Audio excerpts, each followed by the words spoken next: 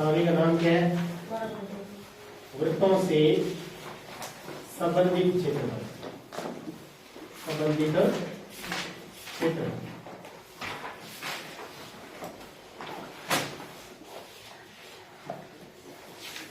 सर्वप्रथम बताओ, आपने ये शब्द सुना है वृत्त, सुना ना? कहते किसे? परिभाषा क्या है वृत्त की?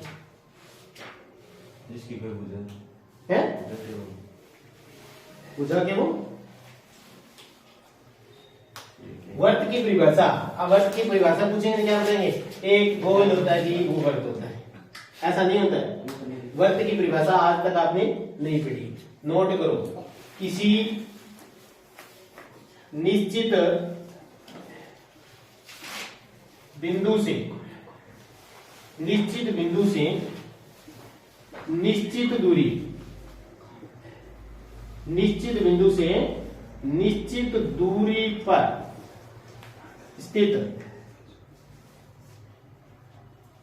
बिंदुओं के बिंदु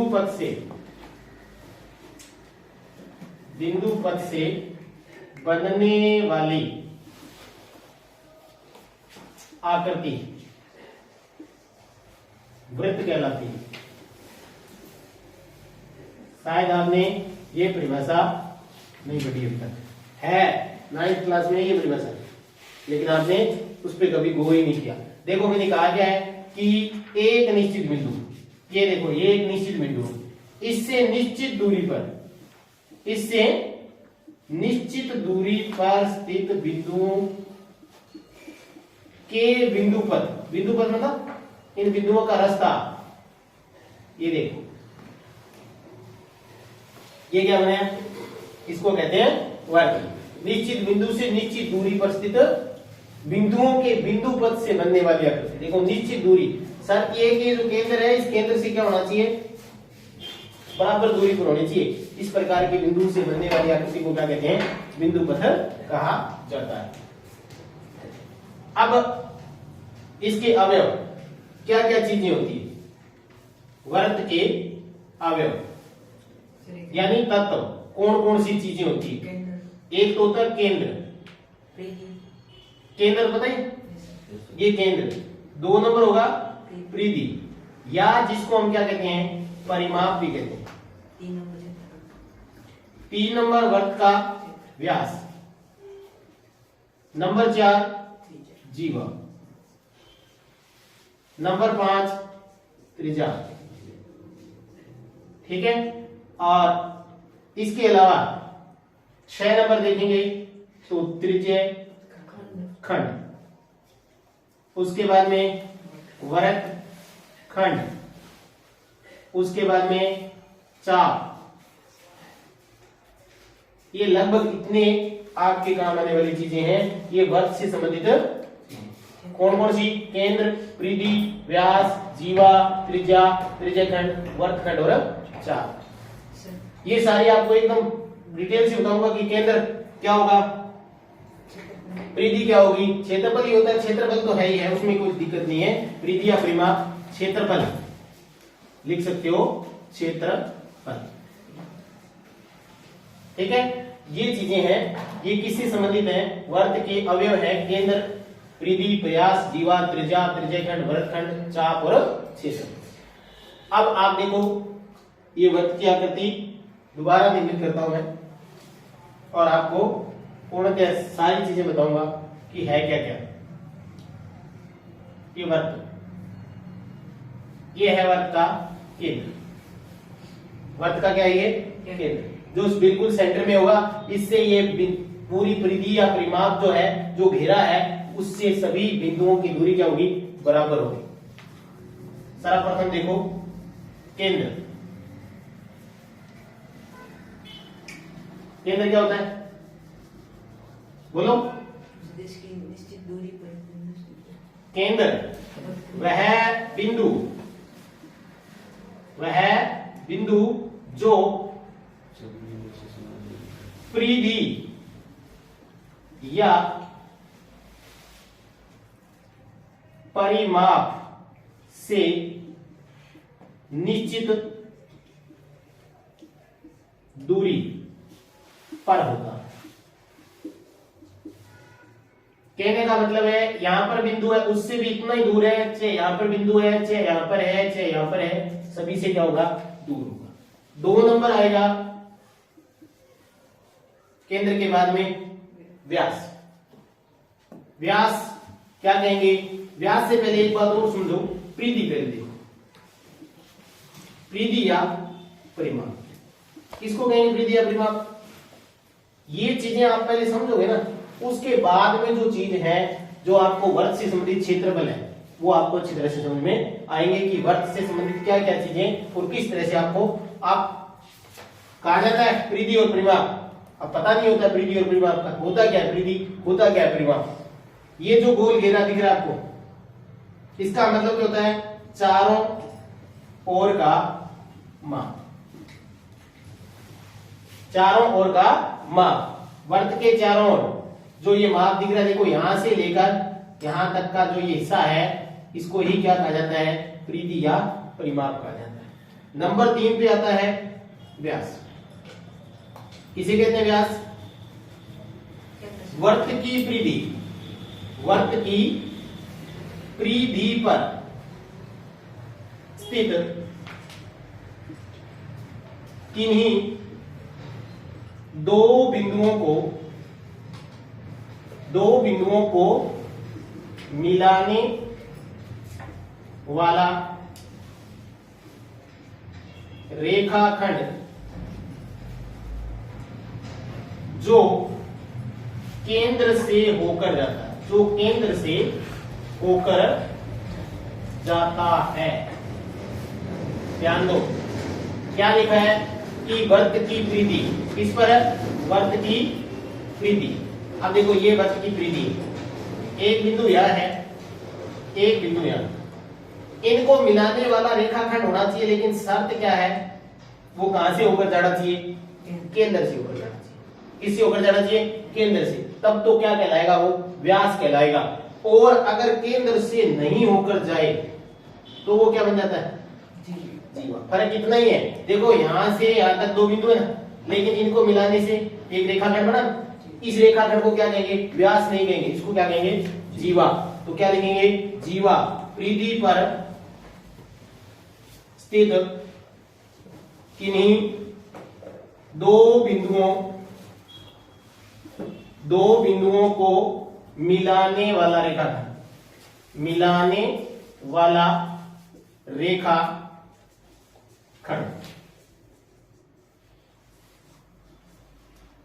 तीन चीजें समझ में आई, केंद्र, परिधि या परिमाप, व्यास और जीवा। व्यास और जीवा में क्या फर्क होता है, इतना ही फर्क होता है, ये भी परिधि पर स्थित 2 बिंदुओं को मिलाता है, लेकिन ये केंद्र में से होकर जाता है, और ये केंद्र में से होकर नहीं जाए तो उसको जीवा। और ध्यान रखना कि व्यास ही वृत्त की सबसे बड़ी जीवा होती है, वृत्त की सबसे बड़ी जीवा होती है, जीवा होती है। ये नोट करें आप इतनी बातों को कि परिधि क्या है, परिमाप क्या है, व्यास क्या और जीवा क्या है। और ये भी ध्यान रखना कि व्यास ही क्या है, वर्त की सबसे बड़ी जीवा है। दूसरी बात और नोट करें कि व्यास से दूर जाने पर, व्यास से दूर जाने पर जीवा की लंबाई क्या हो जाती है, कम हो जाती है। जीवा की लंबाई कम हो जाती है। कैसे, जैसे देखो परिधि की ओर जैसे जैसे जाएंगे ना, ये देखो ये व्यास के पास जीवा खींचेंगे, इसकी लंबाई ज्यादा होगी, इससे थोड़ा दूर खींचेंगे, इसकी लंबाई और कम होगी, इससे और दूर जाएंगे और कम होती जाएगी। जैसे जैसे परिधि की ओर जाएंगे जीवा की लंबाई क्या होती जाएगी, कम होती जाएगी।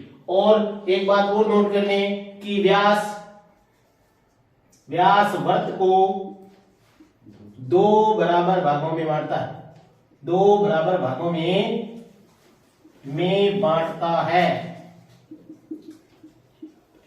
अर्थात व्यास क्या करता है, और दो भागों में, उनको क्या कहेंगे? दो भाग, अर्धभाग। क्या कहेंगे? अर्धभाग। ये इतनी बातें आप फटाफट नोट कर लो। उसके बाद में आगे किस पे चलेंगे?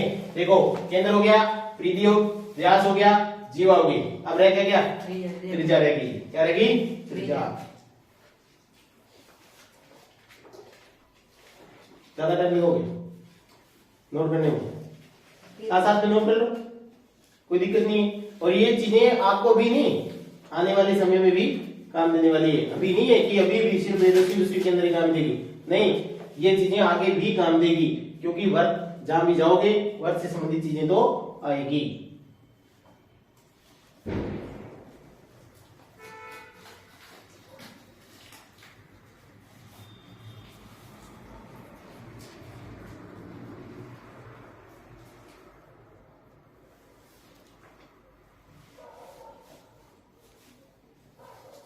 एक गलती भी करते हैं, पता है क्या गलती करते हैं? हिंदी की बहुत बड़ी त्रुटि करते हैं कि ये और ये दो चीज है कि नहीं है? तो ये और ये, इन दोनों में फर्क है क्या? है। इसको क्या उच्चारण करते हैं हम? साधारण भाषा में क्या करते हैं? वर्त कहते हैं, लेकिन वर्त नहीं होता है, ये वृत्त होता है। री की मात्रा वृत्त, और ये व्रत, इसका मतलब क्या होता है? उपवास। फास्ट रखते हैं ना, वो उपवास, भोजन के बिना रखते हैं। हाँ, व्रत वो होता है, लेकिन ये क्या होता है? वृत्त होता है। वृत्त क्या होता है? वृत्त। री की मात्रा होती है, लेकिन ऐसा लिखना नहीं है, ध्यान रखना। ये नहीं लिखना होता है, ये लिखना होता है। ऊपर से हो गया क्लियर? चलो,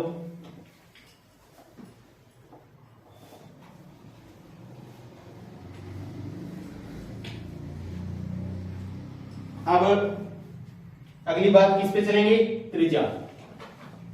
एक बात और रहेगी थोड़ी सी, बता देता हूं साथ ही साथ। जो ये व्यास है ना, ये व्यास, इसको किससे व्यक्त करते हैं?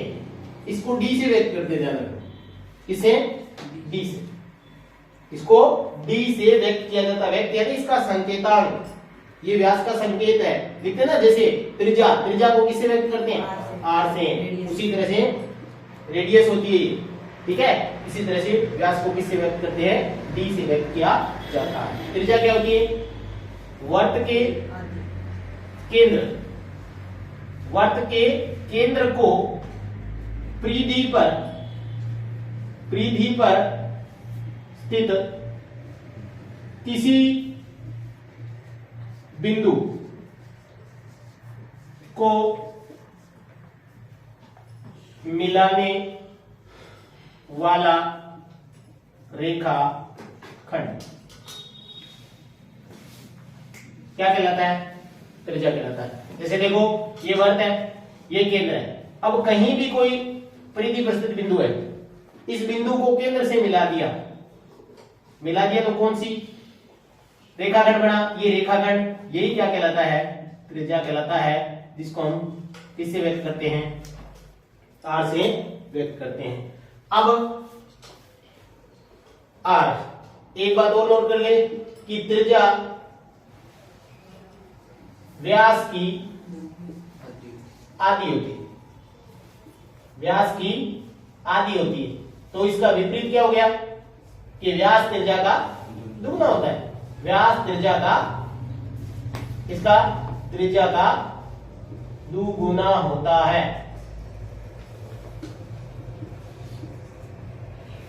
व्यास त्रिज्या का दुगुना होता है, इस बात का ध्यान रखना है।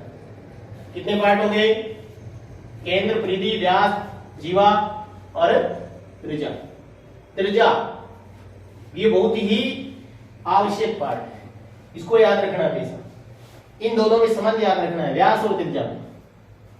व्यास और त्रिज्या में क्या संबंध होता है? व्यास त्रिज्या का दुगना, त्रिज्या व्यास की आधी। इन दोनों बातों का ध्यान रखना है। नीचे वाला क्लियर हो गया?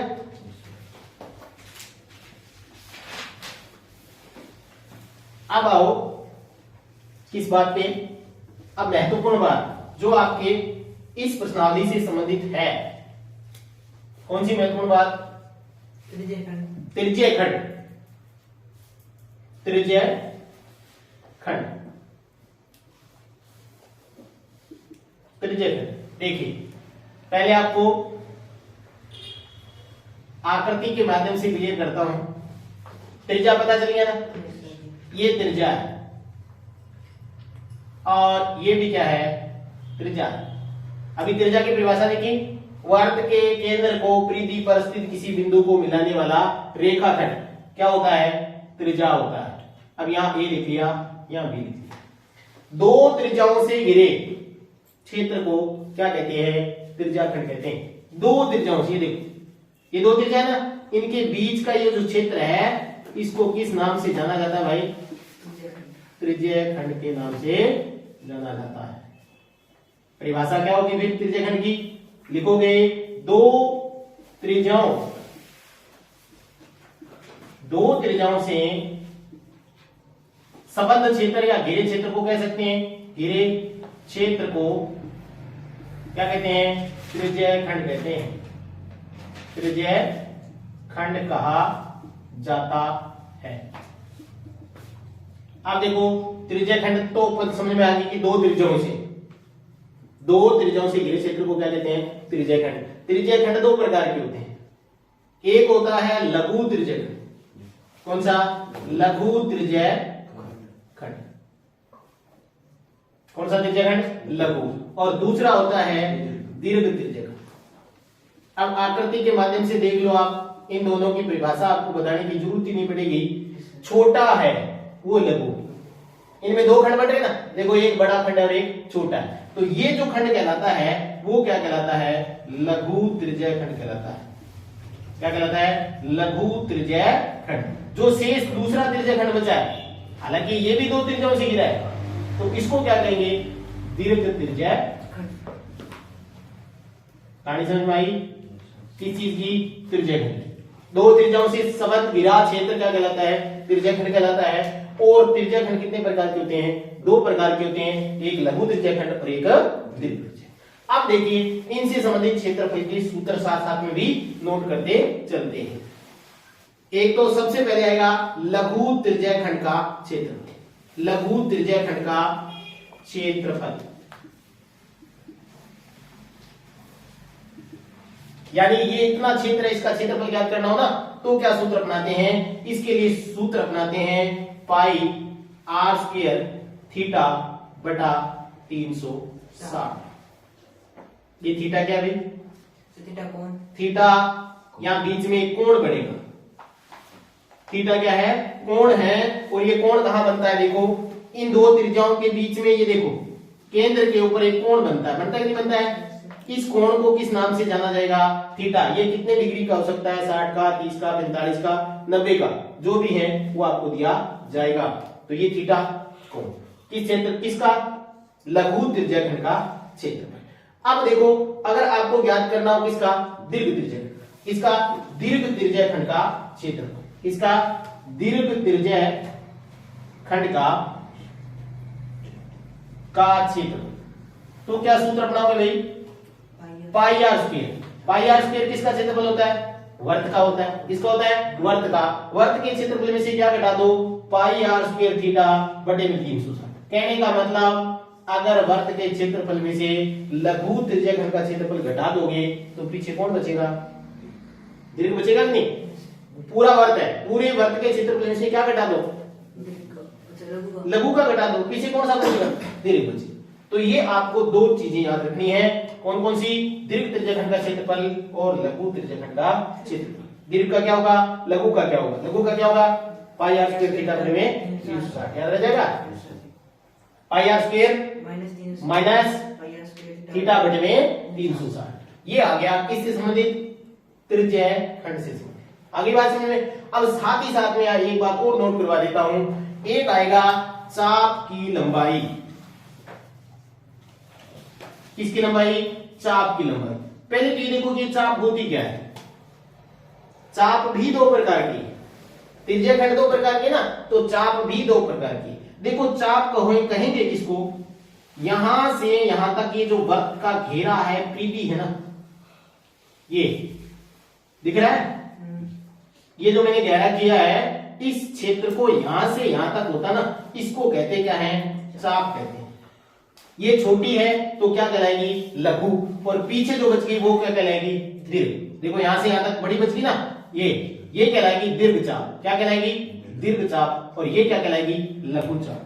लेकिन आपको क्या करना होता है? सिर्फ चाप, चाप शब्द आता है तब लघु ही अर्थ लिया जाता है। कौन सा? लघु चाप का ही अर्थ लिया जाता है। तो चाप की अगर इसकी लंबाई ज्ञात करनी पड़े तो सूत्र क्या अपनाते हैं? सूत्र अपनाते हैं पाई आर थीटा बटे 180 डिग्री। क्या सूत्र अपनाते हैं? पाई आर थीटा बटे में 180। किसकी लंबाई? चाप की लंबाई। चाप की लंबाई, चाप समझ गए ना? अब अगर मान लो कि चाप की लंबाई दो और आर दे दे, तब त्रिज्या खंड का क्षेत्रफल ज्ञात करने का फार्मूला अलग होता है। क्या होता है? देखो, त्रिज्या खंड का क्षेत्रफल, त्रिज्या खंड का क्षेत्रफल कैसे होगा? जब चाप की लंबाई दी हो, चाप को क्या लिखते हैं पता है? चाप को L से व्यक्त किया जाता है। इसे L से, वर्त से संबंधित L आएगा तो उसका मतलब क्या है? चाप। ठीक है, इसका क्षेत्रफल ज्ञात करेगा। अगर चाप की लंबाई दी हो और त्रिज्या खंड का, तो 1/2 LR, 1/2 LR। L का मतलब क्या है? चाप की लंबाई, और R का मतलब त्रिज्या। तो त्रिज्या और चाप की लंबाई 1/2 कर देंगे तो किसका क्षेत्रफल आ जाएगा? त्रिज्या खंड का क्षेत्रफल। तो 3 सूत्र हो गए ना, 1 2 3, और ये चौथा किसकी लंबाई? चाप की लंबाई ज्ञात करने का। ये संबंधित किससे हैं? त्रिज्या खंड से। आगे बात समझ में। अब चलते हैं किस पे? हाँ बताइए, तो कौन सा रहेगा? अब आएगी वर्तखंड से संबंधित। वर्तखंड, वर्तखंड भी कितने प्रकार के? 2 प्रकार। उतारने फटाफट उतारने, कोई बात नहीं, साथ साथ में उतार लो। और नहीं कोई तो 2 मिनट लग रहे हैं, कोई बात नहीं लग रही, ठीक है। सूत्र जरूरी है, याद कर लेना। पाई आर स्क्वायर थीटा बटे 360, इसका लघु त्रिज्या खंड का। और सीधा अगर त्रिज्या खंड शब्द दिया है ना, क्या है? त्रिज्या खंड शब्द है, तो किसका? उसका अर्थ क्या लिया जाता है? लघु ही लिया जाता है। लेकिन बकायदा लिखेगा, क्या लिखेगा? कि दीर्घ त्रिज्या खंड का, तब ये बनाना है दीर्घ त्रिज्या खंड। लग लिखा हो ना ऐसे कि दीर्घ त्रिज्या खंड अपनाओ, तब ही आपको सूत्र अपनाना है। नहीं तो सीधा त्रिज्या खंड तो कौन सा अपनाना है? लघु ही अपनाना है। अब आ जाओ किस पे?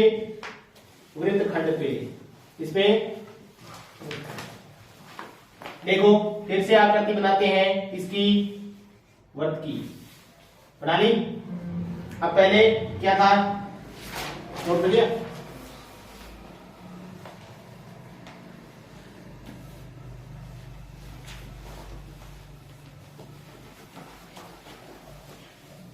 देखो ये था त्रिज्या खंड, था ना? अरे बोलो, ये त्रिज्या खंड था ना? अब मैंने क्या किया? इसको यहां से यहां तक एक जीवा खींच दी। अब बताओ, ऊपर तो बढ़ गया त्रिभुज, नीचे जो हिस्सा ये बचा है, कौन सा हिस्सा? ये वाला। हाँ, यही क्या कहलाता है? वर्तखंड कहलाता है। यही क्या कहलाता है? वर्तखंड कहलाता है। और ये भी कितने प्रकार के? 2 प्रकार के। अब इसको मैं हटा दूं तो आप समझ जाओगे 2 प्रकार के कौन से वर्तखंड। एक तो ये छोटा और एक बड़ा। तो क्या होगा? एक तो होगा लघु वर्तखंड। क्या होगा? लघु वर्तखंड। जो आपके सामने ये देखो, ये ब्लैक किया हुआ है, ये तो है लघु वर्तखंड। कौन सा वर्तखंड है? लघु वर्तखंड। और जो पीछे ये सफेद कलर बड़ा दिख रहा है, ये कौन सा है? दीर्घ वर्तखंड। कौन सा? दीर्घ वर्तखंड।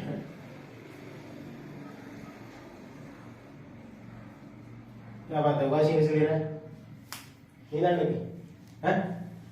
लघु वर्तखंड। दूसरा क्या होगा?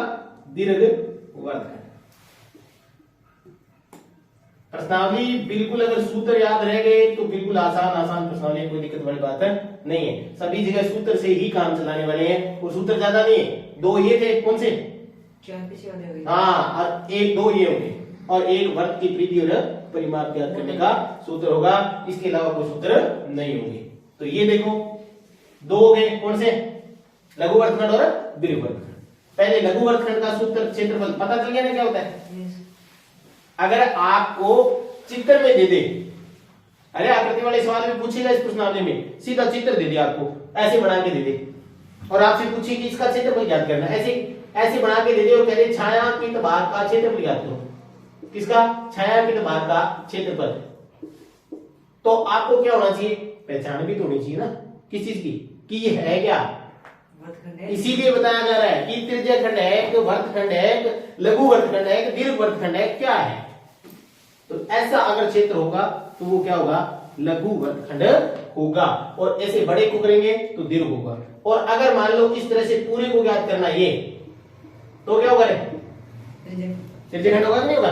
तो त्रिज्य खंड होगा, कौन सा होगा? लघु होगा। और इससे पीछे वाले को ज्ञात करना पड़े तो दीर्घ। इसलिए इन बातों का ध्यान रखना, इसीलिए तो बताई जा रही है कि अलग अलग सबसे पहले पहचान बनानी जरूरी है। क्या किस चीज की? कि हमें आकृति को देखकर पहचान लेना है कि पूछना क्या चाहता है, कि त्रिभुज का क्षेत्रफल पूछ रहा है या लघु वर्तखंड का क्षेत्रफल, दीर्घ वर्तखंड का, या अन्य किस प्रकार के क्षेत्रफल पूछ रहा है। अब देखिए आप कौन से? लघु वर्तखंड का क्षेत्रफल। लघु वर्तखंड का क्षेत्रफल ज्ञात करने का सूत्र क्या है? पाई आर स्क्वायर थीटा बटे में 360 माइनस 1/2 आर स्क्वायर, कौन सा theta? Sine theta. 1/2 are square. R का मतलब क्या है? आर का मतलब तो बता दिया ना, त्रिज्या, और साइन थीटा। अब देखो आपको पता है कि यहाँ पर इस तरह से कोण बनेगा, कोण को थीटा कहेंगे, लेकिन साइन 8वीं प्रश्नावली में आपने किए होंगे, ये नहीं किए? हाँ, उसके अंदर साइन कोस के बताए हैं कि साइन कितने डिग्री का मान, कैसे एक सारणी आपको बताई गई। उस सारणी में से मान देखना है कि साइन यहाँ पर अगर मान लो 60 दे दे, क्या दे दे? साइन 60। यहाँ पर साइन 60 का मान क्या होगा पता है? √3/2। अगर साइन 30 है तो 1/2 यूज कर लेंगे, और साइन 45 है तो 1/√2 यूज करेंगे। अब आएगा, ये याद रह जाएगा। क्या याद रहेगा? कि त्रिज्या खंड के क्षेत्रफल में से क्या करना है? 1/2 आर स्क्वायर साइन थीटा हटा देना है, तब क्या बच जाएगा? लघु वर्तखंड। अगर दीर्घ का करना है, किसका? दीर्घ वर्तखंड का क्षेत्रफल। दीर्घ वर्तखंड का क्षेत्रफल कैसे ज्ञात करोगे? पता तो है ही, पहले क्या ज्ञात करना पड़ेगा? वर्त का क्षेत्रफल। किसका क्षेत्रफल? वर्त का क्षेत्रफल। पाई आर स्क्वायर में से क्या हटाओगे? बताओ। लघु का। अभी भी आपको बात समझ में आई थी कि अगर दीर्घ वर्तखंड का क्षेत्रफल ज्ञात करना पड़े, किसका? दीर्घ वर्तखंड का क्षेत्रफल। कैसे ज्ञात करोगे? अरे पूरे वर्त में से छोटे वाले को घटा दो, छोटा ये ना, इसको घटा दो तो पीछे क्या बचेगा? बड़े वाला बचेगा नहीं। तो वर्त का क्षेत्रफल क्या होता है? Pi are square. और इसका क्या होता है? लघु का। ये देखो, pi are square theta minus 1/2 are square sine theta. ये किससे संबंधित क्षेत्रफल के सूत्र हैं? बोलो। वर्तखंड से। लघु और आगे बात समझ में? ये लघु वर्तखंड, ये दीर्घ वर्तखंड। कैसे पहचानोगे? बता दिया आपको। इस तरह का अगर क्षेत्र है तो आपको क्या करना पड़ेगा? लघु वर्तखंड का क्षेत्रफल। और सूत्र पाई आर स्क्वायर थीटा किसका होता है? त्रिज्या खंड का। उसमें से माइनस करना है 1/2 आर स्क्वायर साइन थीटा। ठीक है। अब एक बात और रह गई थी, वो शुरू में हमने बताई नहीं थी, कि वर्त की परिधि ज्ञात करनी हो। किसकी? वर्त की परिधि। तो सूत्र कौन सा अपनाएंगे? 2 पाई आर। कौन सा अपनाएंगे? 2 पाई आर। और अगर वर्त का क्या ज्ञात करना हो? वर्त का क्षेत्रफल। क्या ज्ञात करना हो? क्षेत्रफल। तो क्या ज्ञात करेंगे? पाई आर स्क्वायर। पाई बताइए ना, पाई क्या होता है? अरे पाई एक ग्रीक भाषा का शब्द है जिसका मान 22/7 लिया जाता है, या कई बार 3.14 भी लिया जाता है। जब तक अन्यथा, ऐसे लिखा होता है किताब के अंदर, प्रश्न के ऊपर लिखा होता है कि जब तक अन्यथा ना कहा जाए तब तक 22/7 ही हो। लेकिन कई बार कई सवाल के अंदर ब्रैकेट में दे देता है कि आप इसका यूज करो, तब आपको उसकी जगह इसका यूज करना है। ठीक है। तो ये किससे संबंधित बातें थी? वर्त से संबंधित। आगे बात समझ में? कौन कौन सी आई? देखो सबसे पहले तो वृत्त की परिधि ज्ञात करने की जरूरत पड़ेगी। परिधि कौन सी? ये जो गोल घेरा है इसका माप है वही परिधि। यहां से लेकर यहां तक ये घेरा है, इसकी लंबाई है, उस लंबाई को ही क्या कहेंगे? परिधि कहेंगे। और इस पूरे के अंदर इसने इस बोर्ड के ऊपर मैंने क्या बनाया? ये वृत्त बनाया ना, इसने कितना क्षेत्र घेरा है, ये क्या कहलाता है? इसका क्षेत्र। और सूत्र क्या बनाएंगे? पाई आर स्क्वायर। आर क्या है? आर क्या है? त्रिज्या। और व्यास को क्या कहते हैं? डी। अगर व्यास दिया हो तो आर कैसे बनाओगे? आधा कर देंगे। किसको? व्यास को। व्यास को आधा कर देंगे, क्या बन जाएगी? त्रिज्या। और त्रिज्या देकर क्या पूछ ले? व्यास पूछ ले, तो त्रिज्या को क्या कर देंगे? दुगुना। दुगुना करने पर क्या बन जाएगा? व्यास। ठीक है, ये वर्ग से संबंधित बातें थी, मुख्य मुख्य बातें आपको नोट करवा दी जो इस प्रश्नावली में जरूरत पड़ेगी। अब चलो आप 12.1 प्रश्नावली का सवाल नंबर 1 देखो। 12.1 प्रश्नावली का सवाल नंबर 1। 12.1 और सवाल नंबर 1 पढ़ के देखो। सवाल को क्या कह रहा है कि दो वृत्तों की त्रिज्याएं, कितने वृत्तों की? दो वृत्तों की। तो पहले वृत्त की त्रिज्या, इसकी पहले वृत्त की त्रिज्या बताओ कितनी होगी? R1 कहेंगे इसको। क्या कहेंगे? R1 19 centimetre. कितने सेंटीमीटर है? 19 सेंटीमीटर है। दूसरे वृत्त की त्रिज्या, दूसरे वृत्त की त्रिज्या किसके बराबर है भाई? R2 किसके बराबर है? 9 सेंटीमीटर, यानी 9 सेंटीमीटर दी हुई है। अब कह रहा है कि इन दोनों वर्तों की त्रिज्या, उस वर्त की त्रिज्या ज्ञात कीजिए जिसकी परिधि किसके बराबर है? इन दोनों परिधियों की, वर्तों की परिधियों के योग के। देखो ये 19 वाला वर्त एक, ये 9 वाला वर्त है। इनकी दोनों की परिधि, इसकी भी परिधि प्लस इसकी भी परिधि, और दोनों की परिधि को अगर जोड़ें यानी प्लस करें तब क्या बनता है? एक बड़ा वर्ग बनता है। और उसकी परिधि इसके इन दोनों के योग के क्या है? बराबर है। इन दोनों की परिधियों के योग के बराबर क्या है? बड़े वाले वर्ग की परिधि। यानी जितना घेरा ये इन दोनों को जोड़ लें उतना घेरा इसका है। तो कैसे करेंगे भाई? पहले वर्ग की परिधि, सूत्र क्या होगा? 2 पाई R1। R1 क्यों लग रहा है? क्योंकि बड़ी त्रिज्या, इसको R1 नाम दिया हमने, प्लस 2 पाई R2। इन दोनों की परिधि जोड़ी तो 2 पाई R बड़ा लिख लिया। क्यों लिख दिया? क्योंकि बड़ा वर्ग है, इसलिए R इसको बड़े R से व्यक्त कर दिया। आप ध्यान दो कि ये 2 पाई है, ये भी 2 पाई। मैंने इन दोनों में से 2 पाई को कॉमन ले लिया, बचा क्या? R1 कितना है? 19 प्लस कितना जाएगा? ये भी 2 पाई बाहर निकला, 9 सेंटीमीटर, बराबर किसके हैं? 2 पाई R के। अब देखो 2 पाई इधर है, 2 पाई दोनों बराबर है। बराबर का मतलब कैंसिल हो गया, कैंसिल हो गया तो बचा क्या? इधर तो बचा R, बचा ना। और इधर 19 और 9 28 सेंटीमीटर। R क्या होती है? त्रिज्या तो होती है। तो बड़े वर्ग की त्रिज्या कितनी है? 28 है। बड़े वर्ग की त्रिज्या बराबर 28 है। ये था इसका फाइनल आंसर। बड़े वर्ग की त्रिज्या बराबर कितने सेंटीमीटर? 28 सेंटीमीटर। आया समझ में? क्या आसान? दोनों परिधियों, दोनों वर्तों की परिधि को योग किसके बराबर है? बड़े वाले वृत्त की परिधि के बराबर है। तो दोनों की परिधि ज्ञात करो। परिधि ज्ञात करने का फार्मूला क्या है? 2 पाई R। तो R1 लगा दी, R2 लगा दी, और इधर भी 2 पाई R है। तो 2 पाई R तीनों में बराबर है, कैंसिल हो गया, बचा क्या? R1 और R2 किसके बराबर होगा? बड़े वाले R के बराबर होगा। इसका मतलब बड़े वाला R क्या है? बड़े वृत्त की परिधि, नहीं त्रिज्या, बड़े वृत्त की त्रिज्या। तो त्रिज्या कितनी आ गई? 28। परिधि नहीं ज्ञात करनी थी, ज्ञात क्या करनी थी? उस वृत्त की त्रिज्या ज्ञात कीजिए, त्रिज्या ज्ञात करनी है, परिधि तो ज्ञात करनी है। हाँ, परिधि ज्ञात करनी हो तो कर सकते हैं। अगर मान लो इसकी परिधि ज्ञात करनी पड़े बड़े वाले वृत्त की, तो कैसे ज्ञात करेंगे? वृत्त की परिधि। सूत्र क्या है? सूत्र ये है क्या? 2 पाई R। तो देखो 2 गुणा 22/7। R कितनी निकाली? अभी तो हमने निकाली, कितनी? 28। 28 से गुणा कर लो तो 4 7 एकम 7 7 चौके 28, 22 गुणा 44, 44 को 4 से गुणा कर लो, 4 चौके 16, 16 और 1 17। कितने सेंटीमीटर देगी? 176 सेंटीमीटर। कितने सेंटीमीटर? 176 सेंटीमीटर। किसकी?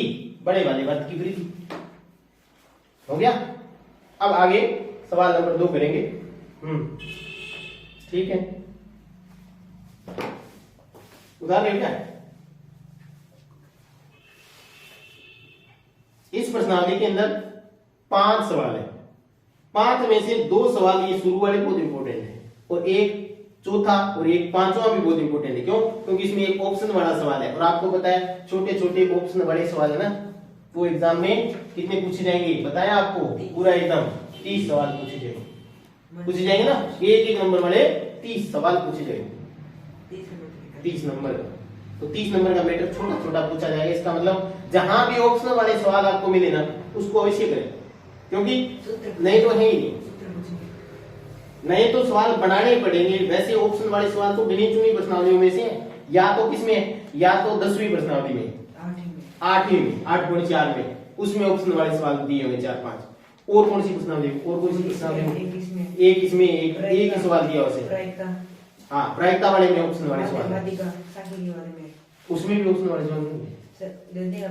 हाँ, देगा नहीं, मतलब बन के आएंगे, बनाएंगे। एग्जामिनर है वो बनाएगा, बना के उसके बाद में आपको ऑप्शन देगा। तो इसका मतलब ये हुआ कि आपको ऑप्शन वाले सवाल तो विशेष ध्यान देना है।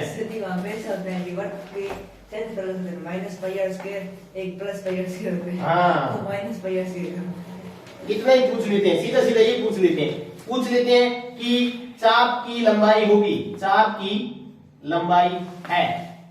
अब वहां पर क्या कर देते हैं, एक तो ये देते हैं पाई आर थीटा बटे में 360, एक क्या देता है 2 पाई आर बटा 360, ठीक है, और एक दे देता है option pi are square theta बटे में 360 और एक देता है पाई आर स्क्वायर बटे में 180। अब बताओ कौन सा सही? बताओ कौन सा सही? कोई सही नहीं है, बिल्कुल सही है यही तो बात है। ये 2 नंबर ऑप्शन, ये 3 नंबर ऑप्शन, ये 4 नंबर ऑप्शन, इसमें एक सही है। हाँ देखो, यहाँ 2 है तो 2 180, मैंने 180 सूत्र में लिखा दिया तो क्या हो गया, ऊपर 2 भी तो दिया इसने। ऐसा सूत्र आता है, ऐसा परीक्षा में आता घुमाने के लिए कि बस गलती कर देते, इसमें कोई है ही।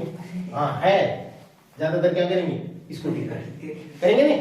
क्यों? क्योंकि हमें बटे में 180 दिखते ही टूट पड़ते हैं कि हाँ ये सही, इसलिए इस बात का विशेष ध्यान रखना है। 2 नंबर सवाल भी चलो बड़ा सा ऐसा ही पूछा है। कैसा पूछा भाई कि 2 वृत्तों की त्रिज्या है, वो सेम है। पहले वृत्त की त्रिज्या क्या मानेंगे? पहले वृत्त की त्रिज्या, कितना? R1 कितनी है? 8 सेंटीमीटर। और दूसरे वृत्त की त्रिज्या भाई, दूसरे वृत्त की त्रिज्या बराबर R2 कितनी है? 6 सेंटीमीटर। अब कह रहे हैं उस वृत्त की त्रिज्या ज्ञात कीजिए जिसका क्षेत्रफल, पहले वाले में परिधि पूछी थी, अब की बारे में क्षेत्रफल पूछा है और कहा है इन दोनों वृत्तों के क्षेत्रफल के योग के बराबर है। तो पहले वृत्त का क्षेत्रफल क्या होगा रे? और दूसरे वृत्त के क्षेत्रफल का, और तीसरे वृत्त का आर बड़ा लिखिए, क्योंकि बड़ा वृत्त इन दोनों के क्षेत्रफल के बराबर है। ये 2 छोटे वृत्त हैं, इनको जोड़ के पूरा बड़ा वृत्त बना, उनका क्षेत्रफल इन दोनों का क्षेत्रफल 1 लेके बराबर है। ये देखो पाई कॉमन लिया, R1 कितनी है? 8 किसकी? R1 देखो 8, R2 कितनी है? 6। इधर क्या है? पाई आर स्क्वायर है, पाई से कैंसिल हो गया, क्या बचा? 8 8 64, 6 6 का 36, R की स्क्वायर, R की स्क्वायर दोनों को जोड़ दो 100, 64 और 36 कितने हो गए? 100 हो गए।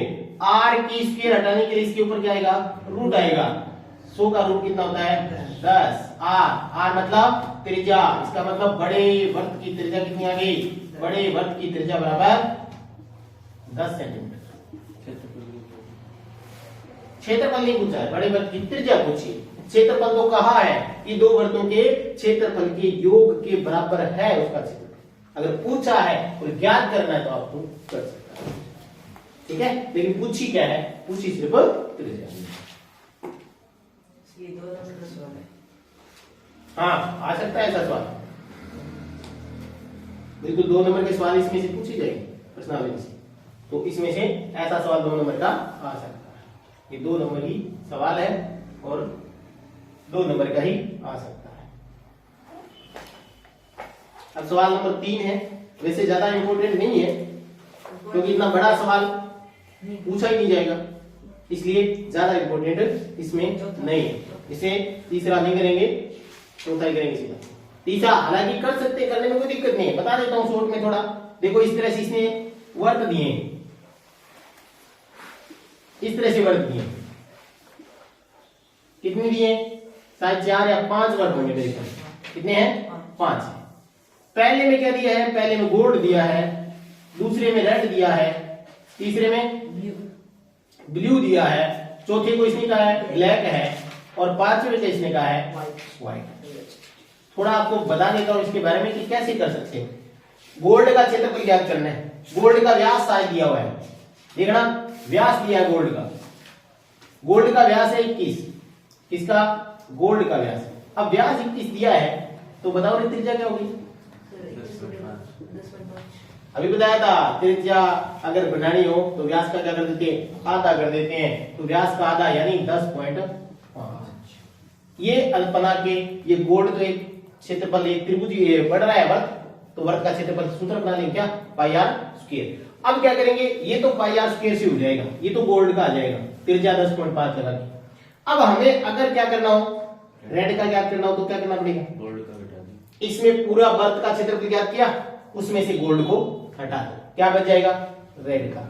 अब देखो तीसरे पे चलो, पूरे ब्लू तक की त्रिज्या ज्ञात करके ब्लू तक का क्षेत्रफल ज्ञात कर दो, रेड और गोल्ड का क्षेत्रफल हटा दो, पीछे क्या बचेगा? ब्लू का।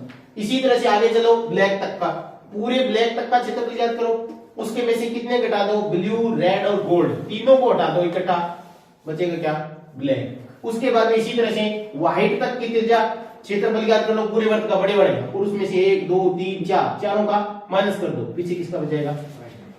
व्हाइट। समझे बात? प्रयास करना, हो जाए तो ठीक है, नहीं तो पूछ लेना, कोई बात नहीं। अब चलो चौथा, बहुत महत्वपूर्ण है। चौथा सवाल है, बहुत ही महत्वपूर्ण है। क्या है सवाल? है किसी कार के प्रत्येक पहिए का व्यास। सवाल नंबर 4 है, कह रहा है कार के पहिए का व्यास। क्या कार के पहिए का व्यास कितने सेंटीमीटर है? 80 सेंटीमीटर। अगर पहिए का व्यास 80 है तो त्रिज्या कितनी होगी? 40। सेंटीमीटर है क्या? देखना, सेंटीमीटर थोड़ी हो सकती है, सेंटीमीटर। सेंटीमीटर है, सेंटीमीटर। ठीक है, त्रिज्या कितनी है? 40 सेंटीमीटर। अब आप देखो सेंटीमीटर को मीटर बनाएंगे, क्यों बनाएंगे? क्योंकि देखो 4 तो किलोमीटर में दे रखी है, किलोमीटर को मीटर बना लेंगे और सेंटीमीटर को भी क्या बना लेंगे? मीटर। माप सारी एक जैसी कर ली जाएगी। तो देखो 40 सेंटीमीटर, इसको मीटर बनाने के लिए क्या करते हैं भाई?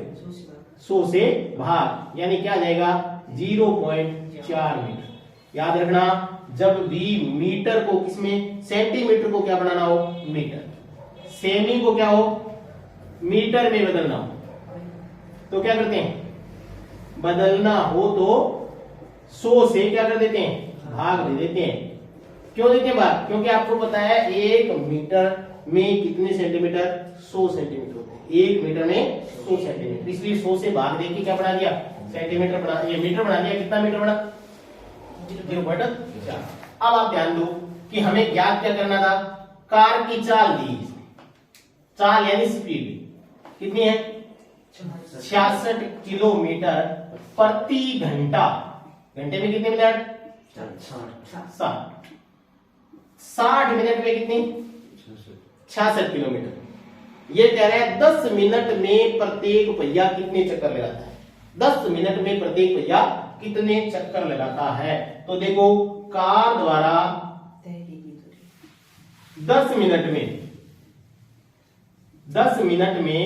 तय की गई दूरी, बोलो क्या होगी? कार द्वारा 10 मिनट में तय की गई दूरी 66 किलोमीटर है। किलोमीटर को मैं क्या बना दूं? मीटर बनाने के लिए क्या कर दूं? 1000 से गुणा। क्यों करूं? क्योंकि आपको पता है 1 किलोमीटर इक्वल टू 1000 मीटर होते ना। 1 किलोमीटर में 1000 मीटर होते हैं, इसलिए क्या कर दिया, मीटर बनाने के लिए 1000 से गुणा।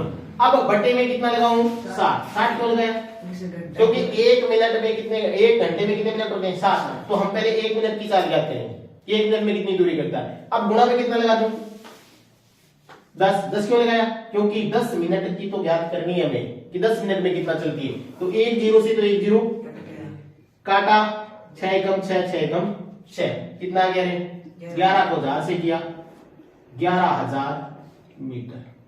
कितने मीटर, कार 10 मिनट में कितनी दूरी तय करेगी, 11000 मीटर। पहिए का ये त्रिज्या कितनी है, हमें देखना है कि पहिया एक चक्कर में कितनी दूरी तय करता है। तो क्या लिखेंगे, पहिए का एक चक्कर, किसका, पहिए का एक चक्कर किसके बराबर है, बराबर होगा वृत्त की परिधि के।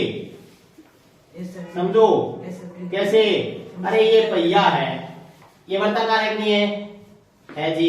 अब क्या करेंगे, मान लो यहां से इसने चलना शुरू किया तो वापस यहां तक आएगा ये, तो पूरा घेरा हो जाएगा कि नहीं हो जाएगा। तो पहिए का एक चक्कर किसके बराबर, वृत्त की परिधि के बराबर। इसका मतलब हमें वृत्त की परिधि अपनानी है, सूत्र 2 पाई r।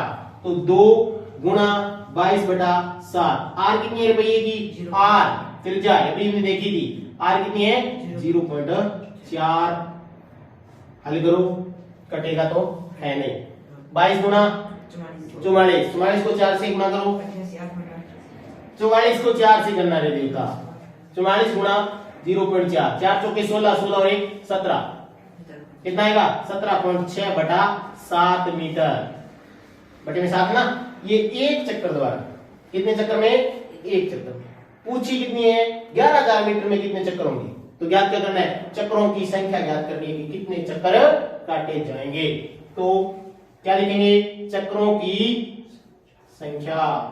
कैसे ज्ञात करोगे, एक चक्कर की जितनी दूरी है ना, कुल दूरी में उसका भाग दे देंगे तो क्या निकलेगा, चक्रों की संख्या निकलेगी नहीं निकलेगी। एक चक्कर में जितनी दूरी है उतनी दूरी तय करनी है, तो क्या करना है, भाग देंगे किसमें, 11000 में किसका भाग देंगे, 17.6/7। भाग को किस में बदलूं, गुणा में, संख्या को क्या कर दूं, पलट जाएगी, ऊपर वाले को नीचे, नीचे वाले को ऊपर। पॉइंट है ना, पॉइंट है देखो 17.6, इसको हटाने के लिए क्या लिख दिया, ऊपर गुणा में 10 लिख दिया, पॉइंट हटा दिया ना। अब बताओ किसे काटूं, पहले 7 से काट लेता हूं, 7 से तो नहीं कटेगा, 7 दूनी 14, कितने बचेंगे, 3 बच जाएंगे, 36 आते नहीं।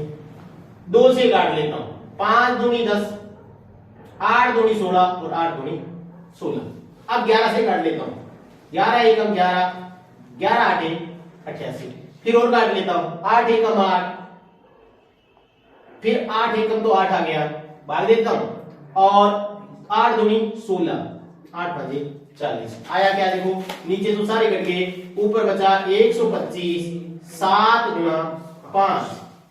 गुणा कर लो, आगे से आगे गुणा करते जाए करो, अलग से गुणा करके लाने की जरूरत नहीं है, यहां से सीधा गुणा करो, 7 5 35, 7 दूनी 14, 14 और 3 17, 7 और 1 8, हो गया ना सिंगल। उसके बाद में फिर वो गुणा कर लो, 5 बजे 25, 7 बजे 35, 35 और 2 37, 8 बजे 40, 40 और 3 43, कितने आ गए, 4375 चक्कर। भैया कितने चक्कर काटेगा रे, 4375 चक्कर काटेगा, तो 10 मिनट में कितनी दूरी तय कर लेगा वो, 11000 मीटर दूरी तय कर लेगा। ये सवाल है, पहले इसको उतार लो आराम से, और बहुत इंपॉर्टेंट सवाल है, पूछा जाएगा। एक सवाल और है उसके बाद में, इसका एक सवाल है और है, हाँ ऑप्शन वाला है, बहुत इंपॉर्टेंट सवाल है ये भी, कंपटीशन में आने वाला सवाल है, ये कंपटीशन में आता है। अभी पीछे थोड़े दिन पहले ये एग्जाम हुआ था, उस एग्जाम में आया था, सेम का सेम ये।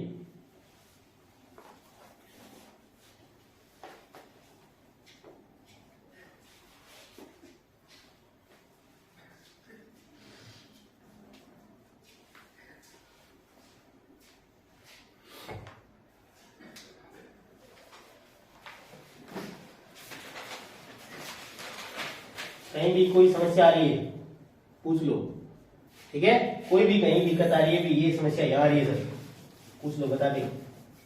ये बटे में 60 क्यों लगाया पता है?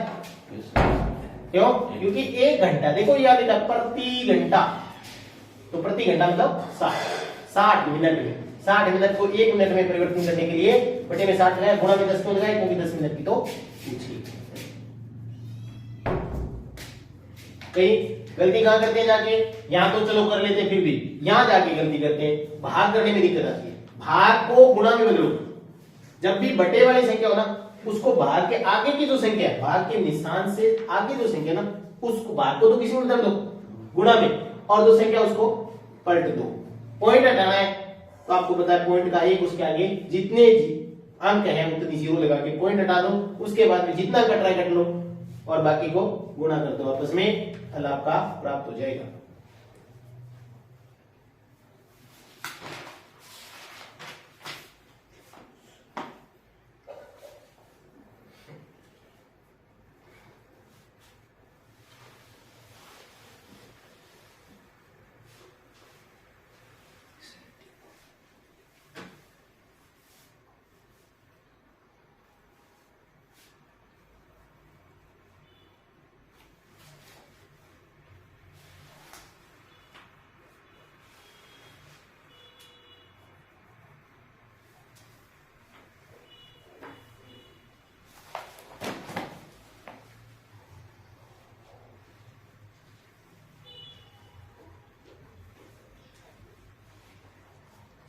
इधर वाला क्लियर हो गया?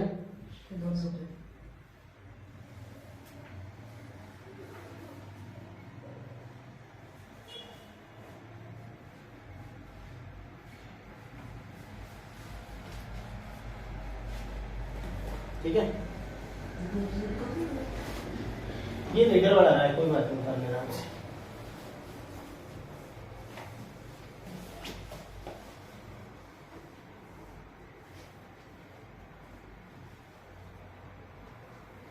सवाल नंबर 5 क्या कह रहा है? देखो, सही उत्तर चुनिए, उत्तर का औचित्य भी दीजिए। यदि एक वर्त का परिमाप, वर्त का परिमाप किसके बराबर है? संख्यात्मक रूप से वर्त के क्षेत्रफल के बराबर। किसके बराबर है? वृत्त के या वर्त का क्षेत्र, दोनों क्या है? बराबर है। ये दिया इसने प्रश्न में, क्या दिया है कि वर्त का परिमाप किसके बराबर है? वर्त के क्षेत्रफल की। संख्या जो आई दोनों संख्यात्मक रूप से बराबर है। अब वर्त का परिमाप क्या होता है भाई? 2 पाई आर, और वर्त का क्षेत्रफल क्या होता है? Pi are square. अब यहां देखो आर पाई, देखो यहां मैं आर कॉमन के रूप में इधर रख लेता हूं, और 2 पाई आर के बटे में क्या जाएगा? आर। कहां से आ गया भाई? देखो ये आर 2 बार नहीं है क्या? तो एक आर को तो मैंने यहां रख लिया, और पाई आर जो बचा था उसके गुणा में इधर, तो इधर आके क्या है? भाग में आ जाएगा, पाई आर से पाई आर कट गया, तो आर बराबर कितना गया भाई? 2। आर क्या है? त्रिज्या। तो इसने पूछी थी त्रिज्या, तो त्रिज्या कितनी आ गई? 2। मात्रक का मतलब क्या होता है? सेंटीमीटर, मीटर, जो भी है। ठीक है, तो आर बराबर क्या आ गई? 2 मात्रक। ऑप्शन नंबर कौन सा सही है? ये सही है क्या? ऑप्शन नंबर ए, ये ऑप्शन नंबर ए आपका राइट होगा। ठीक है, ये सवाल नंबर हो गया 5 क्लियर। 12.1 प्रश्नावली आपकी क्लियर हुई। कोई अगर एक ही सवाल बीच में छोटा है वो आप देख लेना, वो इतना ज्यादा परीक्षा की दृष्टि से महत्वपूर्ण नहीं है, क्योंकि बहुत बड़ा सवाल हो जाता है, उतना बड़ा सवाल परीक्षा में नहीं पूछा जाएगा। चलो आज का कार्यक्रम यहीं पे करते हैं समाप्त।